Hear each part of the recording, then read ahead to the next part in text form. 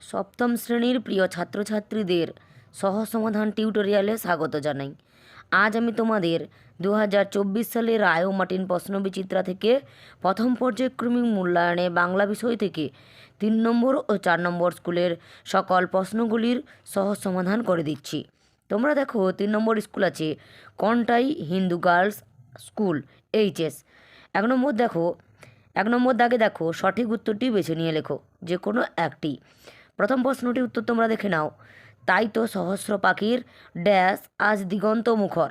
উত্তরটি হয়ে যাবে কলতানে। পরের প্রশ্নটির উত্তর তোমরা দেখে নাও। ওই যে মাঠে ড্যাশ দুধের স্বর জমে যায় যখন পুরু। উত্তরটি হয়ে যাবে চাঁদের। 2 নম্বর দাগে দেখো একটি বাক্যে উত্তর দাও যে কোনো একটি। প্রথম প্রশ্নটির উত্তর দেখে নাও তোমরা। কখন পদ্য লেখা সহজ হবে? হবে না। উত্তরটি হয়ে যাবে ছন্দে কান না দিলে পদ্য লেখা সহজ হবে না। পরের প্রশ্নটির উত্তর তোমরা দেখে নাও। দেহদাসে সুবরদে কি দেওয়ার কথা বলা হয়েছে? উত্তরটি হয়ে যাবে অমরত্বের বরদান। 3 নম্বর দাগে দেখো যে কোনো একটি প্রশ্নের উত্তর দাও। সেই শোকে কালবৈশাখী ঝড় উঠলো আকাশে। কোন শোকে কেন ঝড় উঠলো আকাশে? এটি তোমরা রায় ও মার্টিন সহায়িকা বই থেকে দেখে নেবে।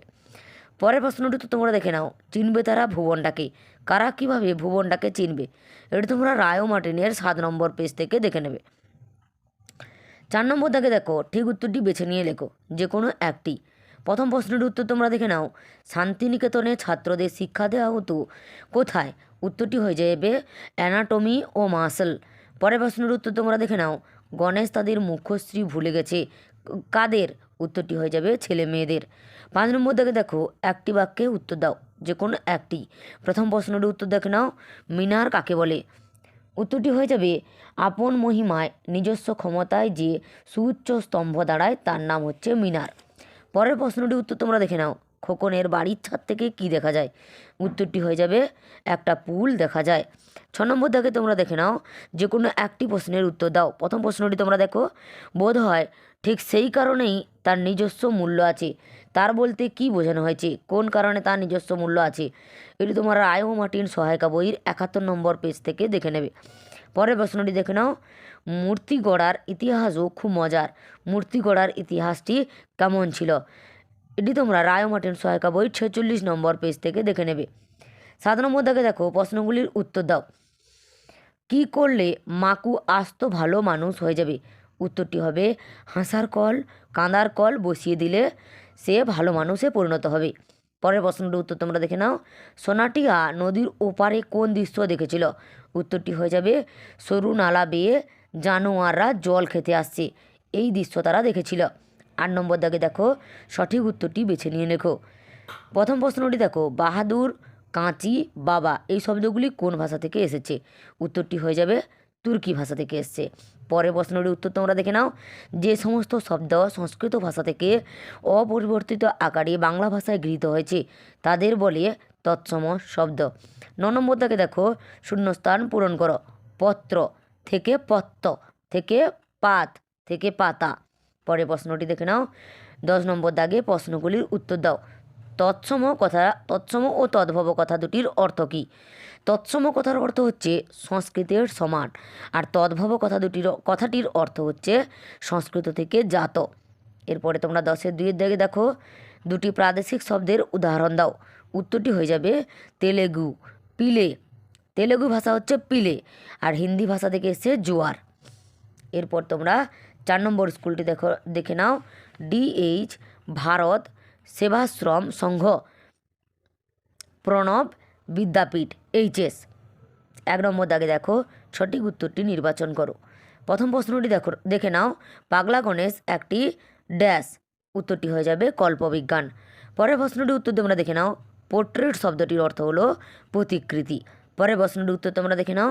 বঙ্গভূমির প্রতি কবিতাটি কবি হলেন মাইকেল মধুসূদন দত্ত। পরের প্রশ্নটির উত্তর তোমরা দেখে নাও। রামকিঙ্করের প্রথম শিল্পের স্কুল বাড়ির পাশের কুমোর পাড়া। 2 নম্বর দাগে দেখো 2-3টি বাক্যে উত্তর দাও। প্রথম প্রশ্নটির উত্তর তোমরা দেখে নাও। তৎকালীন শান্তিনিকেতন কেমন ছিল? উত্তরটি হয়ে যাবে রবীন্দ্রনাথের মতে ব্রিটিশ কর্তৃত্বের বাইরে। পরের প্রশ্নটির উত্তর তোমরা দেখে নাও। ছন্দ শোনা যায় না কখন কবির ভাবনায় আর ছন্দ শোনা যায় না? এটি তোমরা রায় ও মার্টিন সহায়িকা বই 7 নম্বর পেজে উত্তরটি আছে দেখে নেবে। উত্তরটি হবে সকল প্রকার দ্বন্দ্ব ভুলে একাগ্র চিত্ত যখন হতে পারবে তখনই ছন্দ শোনা যাবে। পরের প্রশ্নটির উত্তর তোমরা দেখে নাও। আমি পৃথিবীকে বাঁচানোর চেষ্টা করছি, বক্তা কীভাবে পৃথিবীকে বাঁচানোর চেষ্টা করছে?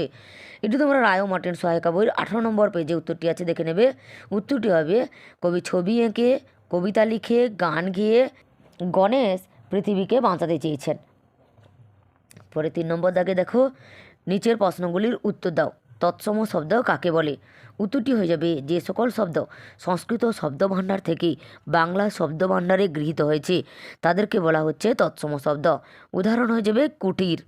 পরের প্রশ্নটির উত্তর তোমরা দেখে নাও। বাংলা শব্দভাণ্ডার কয়টি ও কী কী শ্রেণীতে বিভক্ত? উত্তরটি হয়ে যাবে 6টি ভাগে বিভক্ত। কি কি?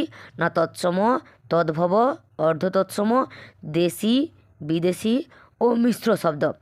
পরের প্রশ্নটির উত্তর তোমরা দেখে নাও। ঝাঁটা এই শব্দটি কী ধরনের শব্দ?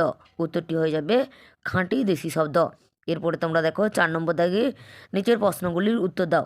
প্রথম প্রশ্নটির উত্তর তোমরা দেখে নাও। সোনাটিহা কেন কালিয়ার বনে চলে গিয়েছিল? উত্তরটি হয়ে যাবে দুটো নতুন প্যাঁ প্যাঁ পুতুল কেনার জন্য। পরের প্রশ্নটির উত্তর তোমরা দেখে নাও। মাকুকে কে তৈরি করেছিল? উত্তরটি হয়ে যাবে ঘড়িওয়ালা।